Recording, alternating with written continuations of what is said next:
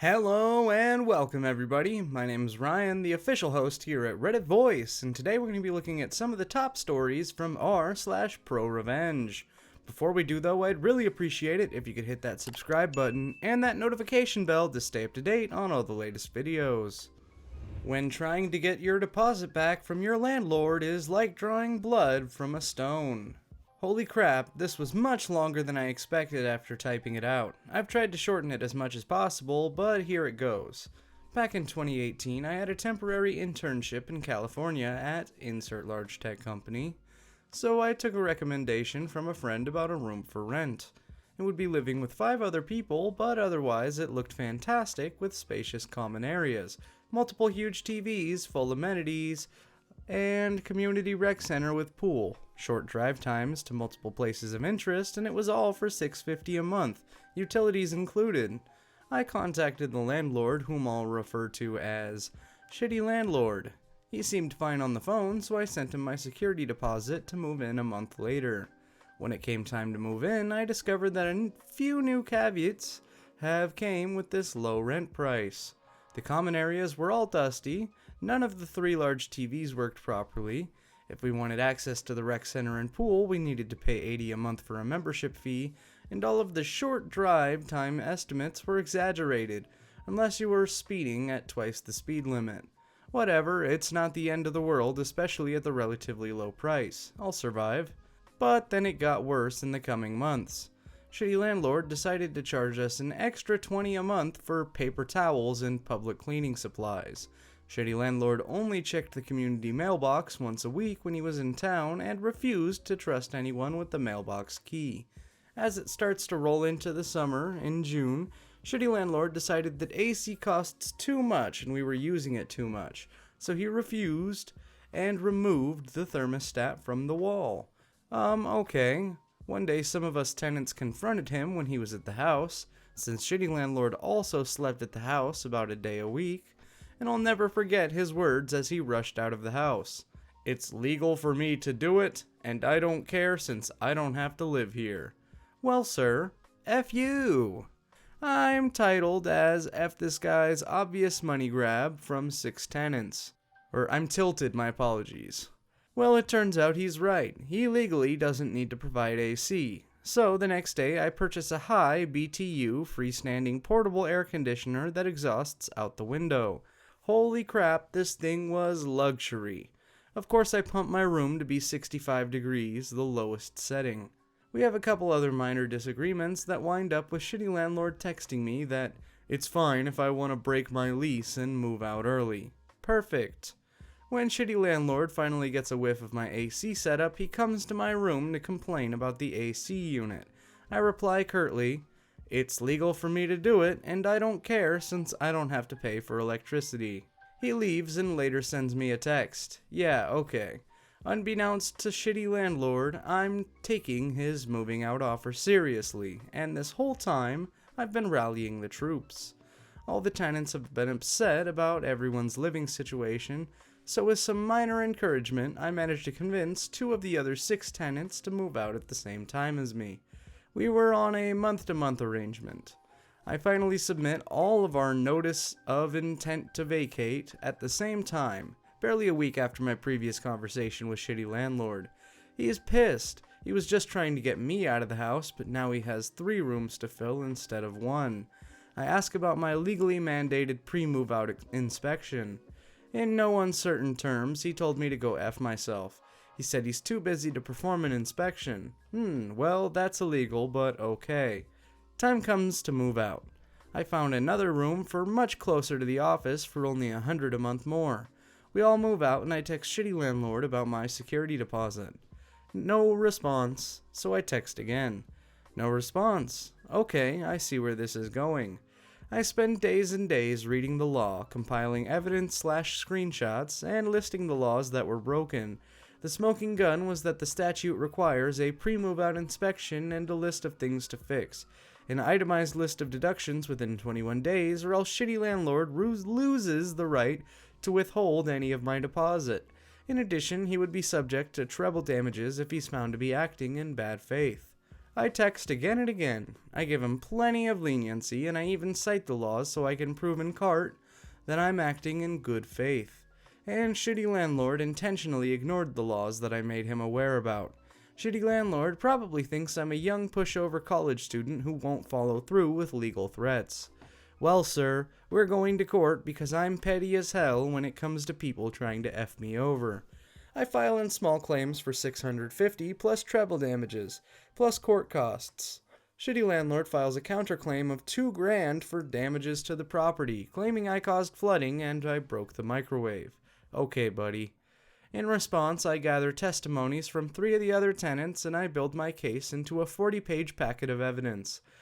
Complete with page numbers, a table of contents, and descriptions of every screenshot and photo. I make 3 copies of everything and submit it to the court and the defendant, Shitty Landlord. The court date is set for November, and I leave the state just before Christmas, so just in time to appear in person since my internship ends and I fly home in December. He starts filing the requests to postpone the trial.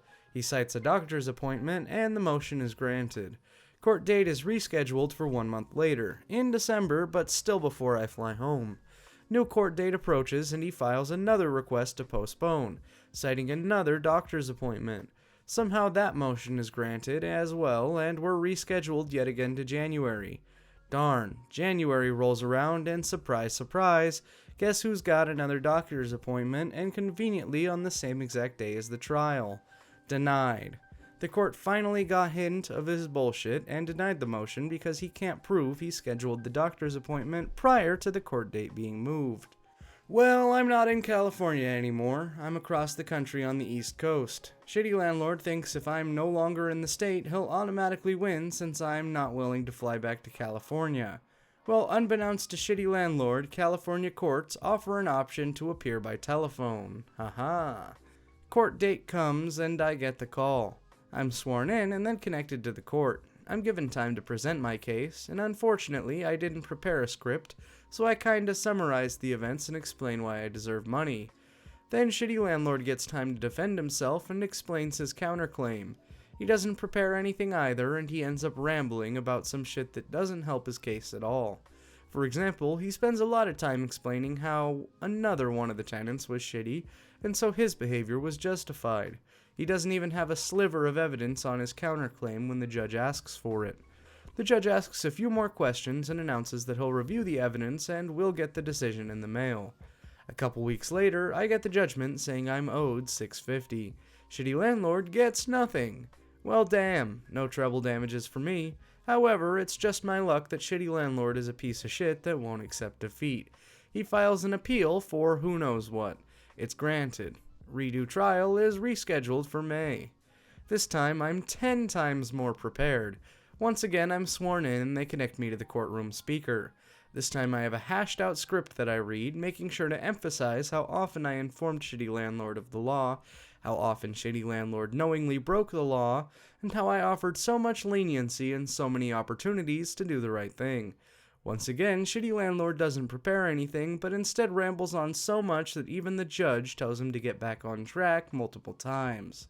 Shitty Landlord claims I caused water damage and has to replace all the carpets. The judge asks for an invoice or a receipt. He has none. Shitty Landlord claims I broke the microwave, so the judge reads him the 3 witness statements that all state I didn't break the microwave. Shitty Landlord says they're all lying. He still has no evidence whatsoever, and at this point, the judge clearly sounds done with his shit and says we'll get his decision in the mail, and the call ends.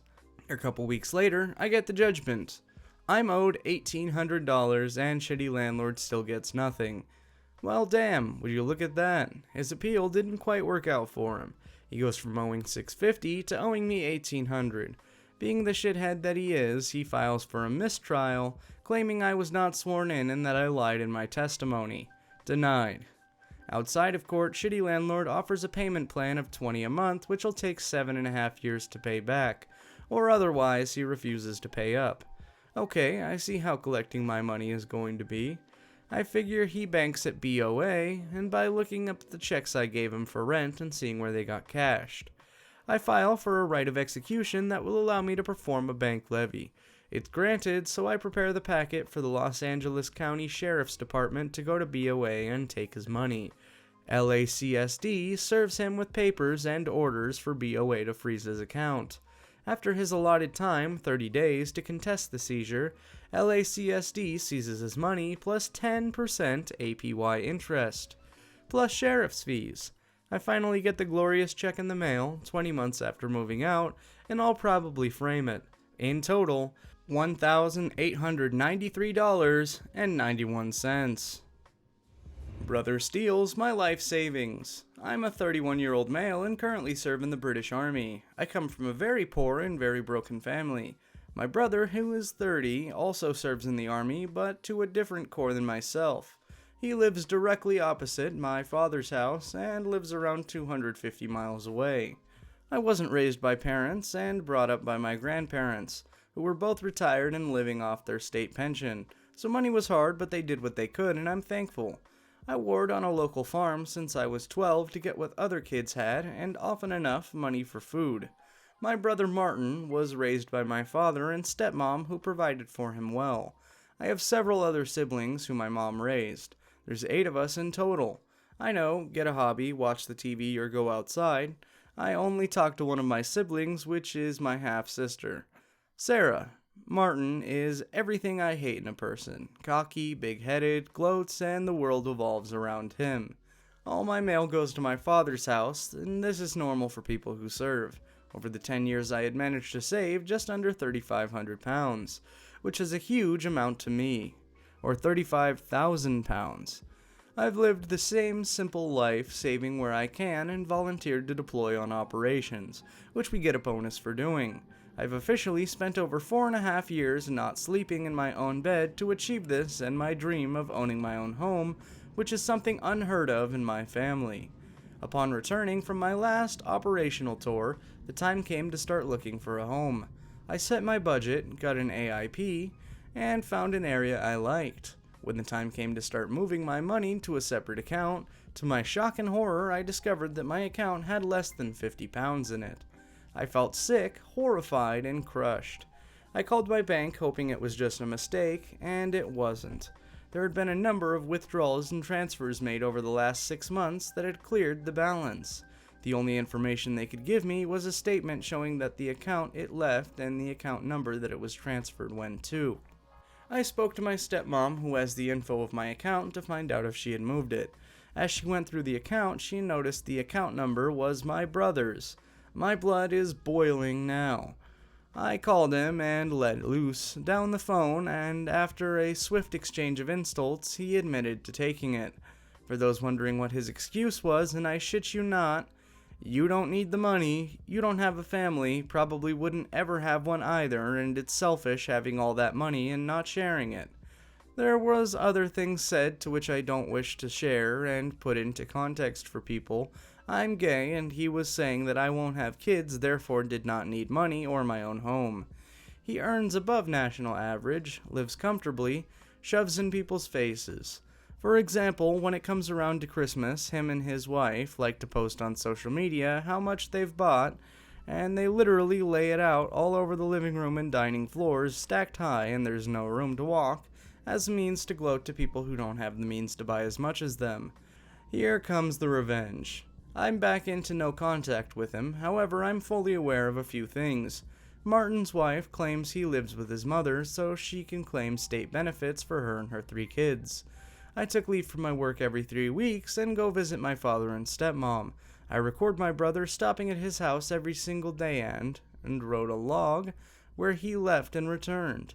My stepmother also informed me he isn't working much because he told his sergeant major, his wife, and one of his kids are seriously ill, and he needs to go home to take care of them. To clarify, they're not. They're in good health. In the British Army, you get paid full whether you're off work, ill, family issues, etc. A perk of the job. I sent this information to the Department of Work and Pensions, and they launched their own investigation. Aside from being a benefit thief, I then call his sergeant major. After a discussion and a few emails and a link of social media, which is covered in videos of Martin and his wife always drinking, partying, and lots of geotagging, he is called back to work immediately. From what he's told my dad, he was given a 2-year promotion ban and an £1,800 fine. I don't know for how long he's been doing this for, but he also moved camp very quickly after this. His wife has also been ordered to repay a year's worth of benefits back to the taxpayer. Big win for the little people. Lastly, he also wrote off his shiny new car, which is probably where all the money went. As for what he's stolen from me, I've spoken to a legal expert in fraud who seems willing to take my case, and I want to fully press charges and reclaim what I can. My father, on the other hand, has told me not to take this route and proclaims that if I do it, it will undoubtedly affect his kids and his ability to get work if he ever left the military due to gaining a criminal record. He suggested we talk of a repayment plan as he's been punished enough, which I know will never be repaid. I'm at odds at the guilty feeling in order to take court I'd have to lodge a formal complaint. However, I am bitter. It's crappy. I've grafted all over the years to these improvements to my situation in life just to have it pulled from me. I'm thankful I've still got my health, but life's not been easy and I feel just like giving up. I'll update on my decisions later. TLDR, brother stole my life savings and I report the benefit thiefing and misleading of his chain of command. He receives a fine and a promotion ban in order to repay benefits. Apologies on spelling, punctuation, and grammar. It's 2:51 and I'm tired. Peace out. And that about does it for today's episode of r/ProRevenge. At least I think it's ProRevenge. This one's gone on so long I can't remember. Anyways, if you made it to the end of this video, I thank you and I congratulate you. You could always check out some more of our stuff by going to our videos, or you could just subscribe and hit that notification bell to stay up to date on all our future uploads. As always, my name's Ryan, the official host here at Reddit Voice, and I look forward to seeing you guys in the next video.